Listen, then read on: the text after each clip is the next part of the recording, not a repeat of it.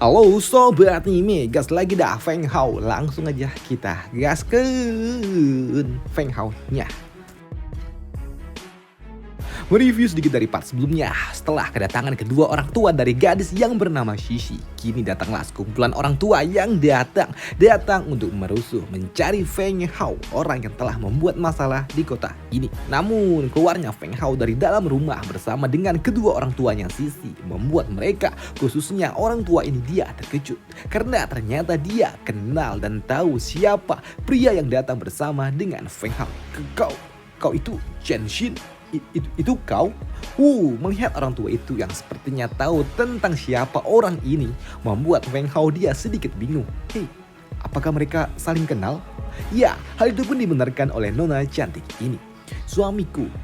Dia awalnya adalah salah satu murid dari sekte Boyo. Hanya saja, dia hampir saja meregang nyawa ketika dia sedang menjalankan sebuah misi. Dan kebetulan, akulah yang menyelamatkannya. Namun, ayahku yang merupakan seorang tetua dari sekte bintang, dirinya menolak hubungan kami hingga diriku tidak berani membawanya kembali ke sekte bintang. Namun ya, setelah kelahiran Shishi, akhirnya suamiku dia mau mulai fokus dengan kultivasinya. Dan setelah dia berhasil menembus batasannya, kini dia dapat diterima oleh sekte bintang, ujar dari nyonya cantik ini. Namun untuk kelompok perusuh ini, fokus mereka tetap kepada pembuat ulah. Siapa lagi ya kalau bukan Feng Hao. Namun jelas hal itu tidaklah mudah bagi mereka untuk menyentuh Feng Hao selama orang tua ini ada bersama dengan dirinya. Namun di sini Pak Tua itu yang tahu kalau kultivasi yang dimiliki oleh Chenshi sangatlah kuat, membuat mereka tidak berani mengusiknya dan hanya meminta agar orang tua itu tidak ikut campur dan menyerahkan Feng Hao untuk dihukum. Chenshi, serahkan anak itu, kami memiliki urusan dengan anak itu. Dan langsung saja membuat orang tua itu dia melepaskan aura bertarungnya yang tidak main-main. Namun semua itu langsung dihancurkannya begitu saja oleh Pak Tua ini. Chenshi, apa maksudmu? Apa maksudku? Apakah kau tidak bisa melihatnya? Aku menyelamatkan anak ini. Apakah kau tidak bisa melihatnya? Selain itu juga, aku punya beberapa pertanyaan untuk dirimu. Bisakah kau katakan apa yang sebelumnya terjadi kepada diriku di saat kita masih di klan Boyo? Apakah itu semua ada hubungannya dengan dirimu? Ujar dari Pak Tua ini yang membuat rekannya langsung keringat dingin. Apa maksudmu? Aku tidak mengerti. Dan kau, kenapa kau tidak kembali ke sekte ketika kau telah pulih? Apakah kau ingin menjadi pengkhianat? Dan sebaiknya kau ikut denganku ke sekte untuk menebus semua dosa-dosamu. Ujian dari si komunis ini. Bahkan dia meminta kepada para bawahannya untuk segera cepat tangkap orang itu. Ujar dari si kumis yang membuat Chenshi dia pun tersenyum dan berujar, kumis, apakah kau pikir kau memiliki kualifikasi untuk melakukan itu? Karena begitu Chenshi dia pun melangkahkan kakinya, muncullah sebuah cahaya hijau tepat di kakinya dan dalam sekejap mata mempaskan mereka semua yang ada di dekatnya. Chenshi, apa yang kau lakukan? Kau benar-benar ingin menjadi pengkhianat rupanya. Ya, kau benar. Karena sejatinya saat ini aku telah bergabung dengan sekte bintang. Mendengar hal itu membuat si kumis dia langsung shock. Apa? Istana bintang? Kau? Dan tahu kalau lawannya sangatlah kuat, membuat kumis ini dia pun langsung mengeluarkan spirit weapon miliknya. Namun dengan satu serangan sederhana yang disiapkan oleh Chenshi sudah cukup untuk dapat membuat si kumis langsung tersungkur. Tetua 16 lah yang melakukannya. Tetua 16. Baiklah, aku mengerti. Dan sepertinya aku harus pergi ke sekte Boyo untuk menyelesaikan ini semua. Ujar dari Pak Tua Chenshi yang membuat Feng Hao dia ikut-ikutan. Baik, kalau begitu aku ikut juga, sambut dari Feng Hao.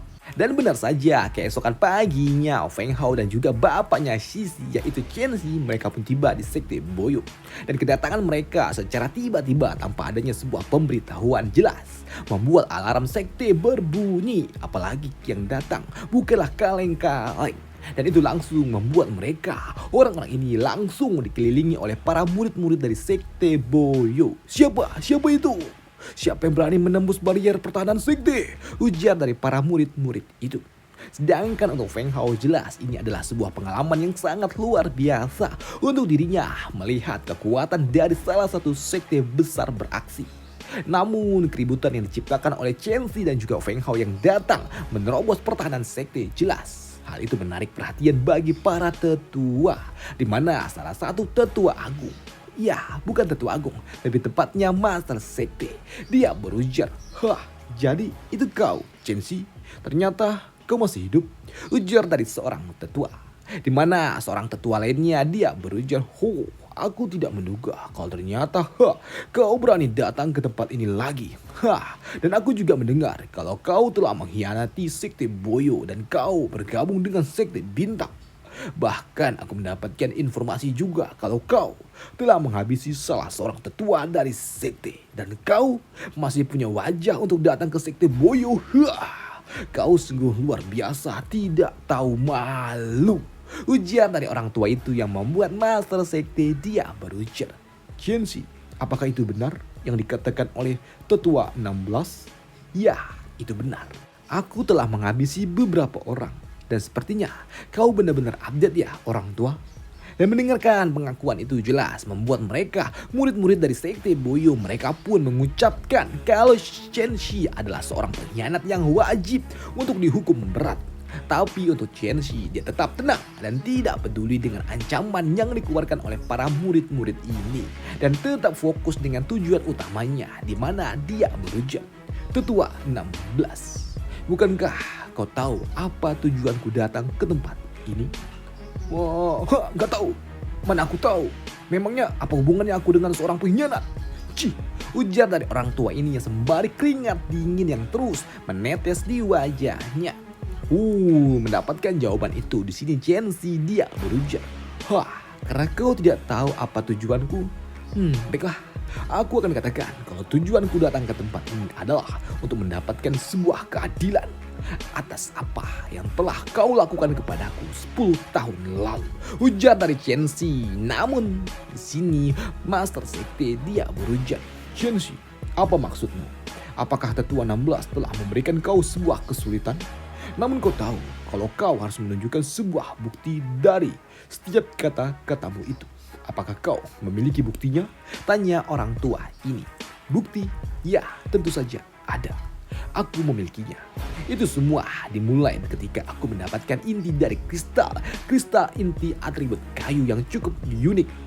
Dan dia mengirimkan seseorang untuk mengejarku untuk merebut inti kristal itu.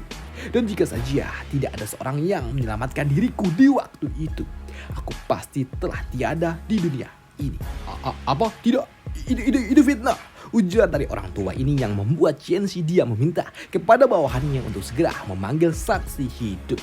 "Bawakan orang itu," ujar dari Chen Xi kepada bawahannya. Maka dari itulah kini seorang tetua yang waktu itu telah ditugaskan oleh tetua 16 untuk menghabisi Chen Xi dia pun datang.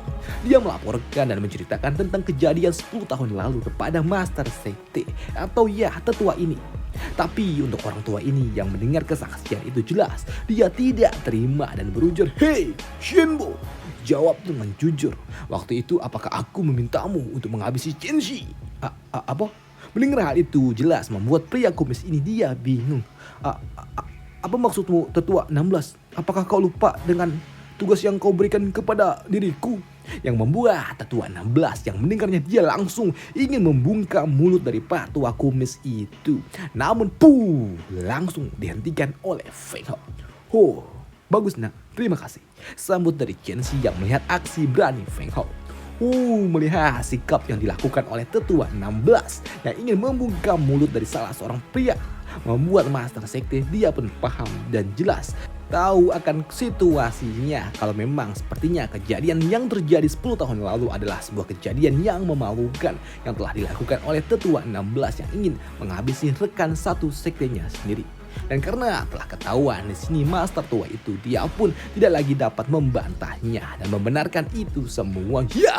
Ya, itu benar, akulah yang menyuruhnya dan sekarang aku akan menyelesaikannya, ujar dari pak tua itu sembari kini mencoba menyerang Chen Xi yang ada di hadapannya. Namun melihat orang tua itu datang mencoba untuk menyerangnya, membuat Chen Xi dia pun tersenyum sebelum dia melepaskan orang tua itu dengan auranya saja.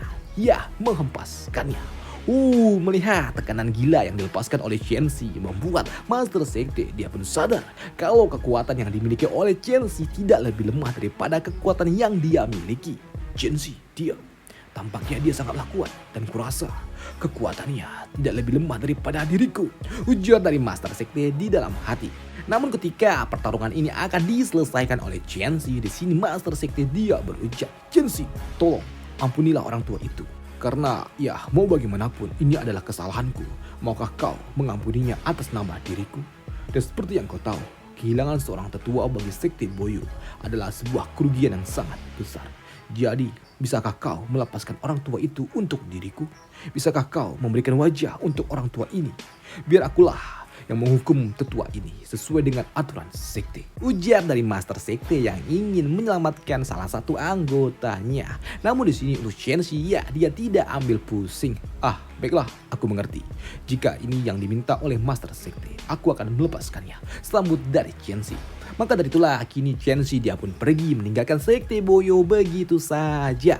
Dan itu jelas membuat Feng Hao dia bertanya-tanya, Master Chen, aku ingin bertanya, setelah apa yang dilakukan oleh orang tua itu, kenapa kau melepaskannya begitu saja? Di sini Pak Tua Chen dia pun berujar, nah, seperti yang kau tahu, di setiap musibah selalu saja ada sebuah berkah di balik itu semua.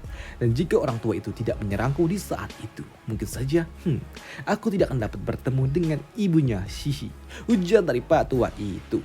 Dan kini beberapa saat kemudian Feng Hao dia pun kembali tiba di kota. Dan ini adalah sebuah perpisahan, karena saat ini Shishi dia pun akan ikut bersama dengan kedua orang tuanya kembali pergi ke Sekte Bintang.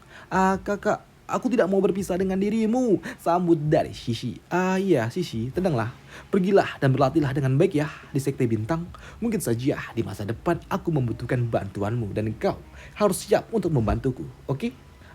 Iya kak, aku akan berlatih dengan keras kak. Dan kakak berjanjilah kita akan bertemu lagi di masa depan.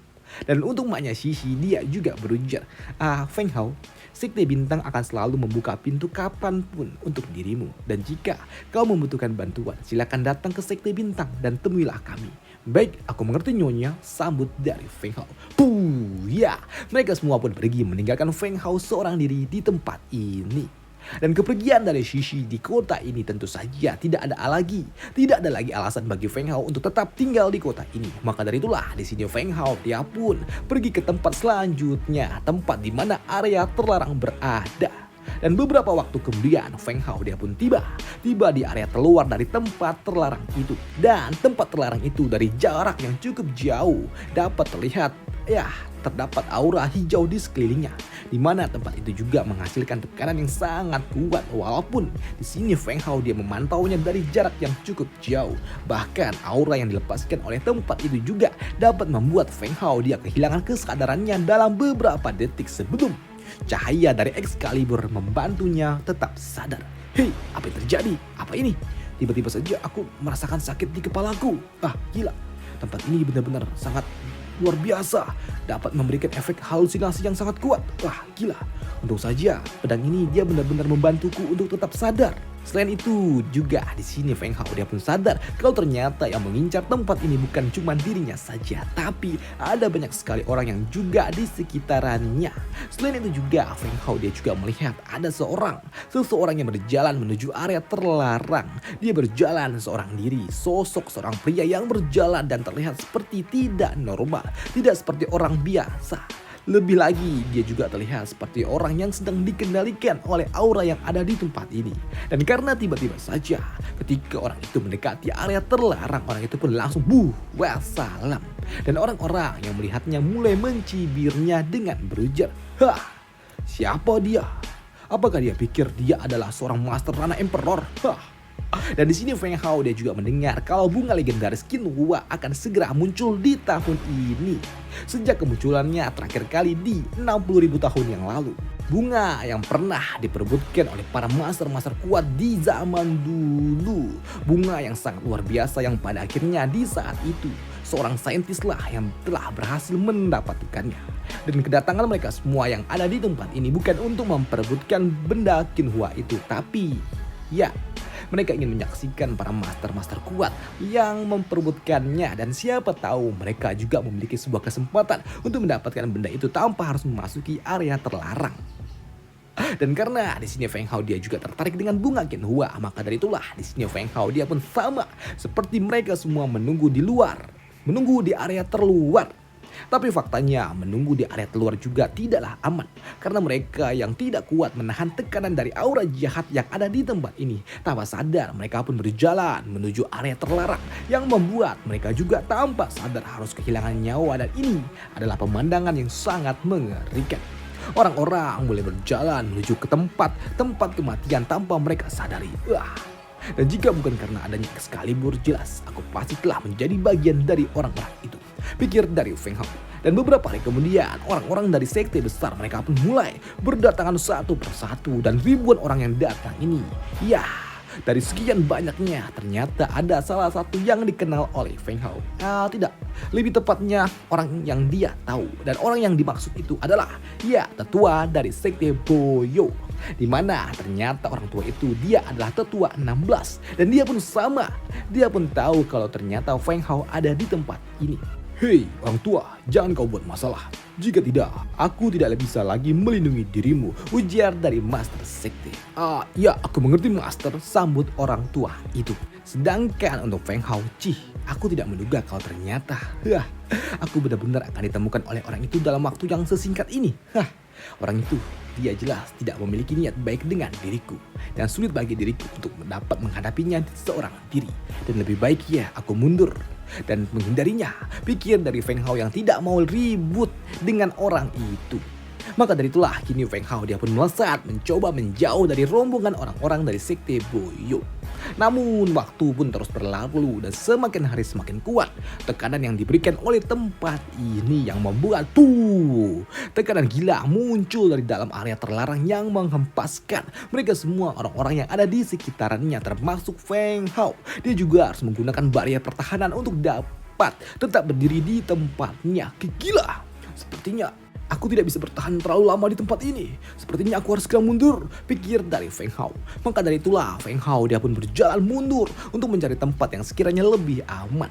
Karena memang dalam sekejap mata, area yang Feng Hao pijak sebelumnya kini berubah menjadi retakan bumi yang mengalirkan api kuat di sela-selanya. Dan inilah akibat dari tekanan gila yang berasal dari area terlarang itu. Selain itu juga, kini orang-orang yang ada di sekitaran tempat ini tiba-tiba saja mereka pun menjadi gila, mulai menyerang satu sama lain tanpa mereka sadari siapa yang ada di sebelahnya. Langsung menyerang, termasuk Feng Hao yang ada di tempat ini juga. Doi harus menjadi incaran dari salah seorang yang tidak terkendali lagi. Namun dengan sangat sigap, Feng Hao dia dapat menghentikan mereka orang-orang yang mencoba menyerangnya. Dan setelah membereskan kekacauan yang ada di tempat ini, ketika Feng Hao dia melirik ke angkasa, dia melihat ada lebih dari puluhan ribu master-master kuat dari berbagai macam sekte datang untuk dapat memperebutkan Qinghua herbal legendary itu. Dan jelas, ya, aku tidak mungkin dapat bersaing dengan mereka semua. Ini terlalu gila, pikir dari Feng Hao. Namun dari sekian banyaknya master gila yang ada di tempat ini, ada satu yang menotis Feng Hao yang memiliki aura yang sangat-sangat kuat. Aura yang paling terang di antara mereka semua, yaitu seorang master Ranah Emperor. Dan selesailah cerita kita di sini dulu, dan sampai jumpa di part selanjutnya. Bye, thank you. Ada jawaban ya di cerita Kamai. Dan sampai jumpa. Bye, thank you.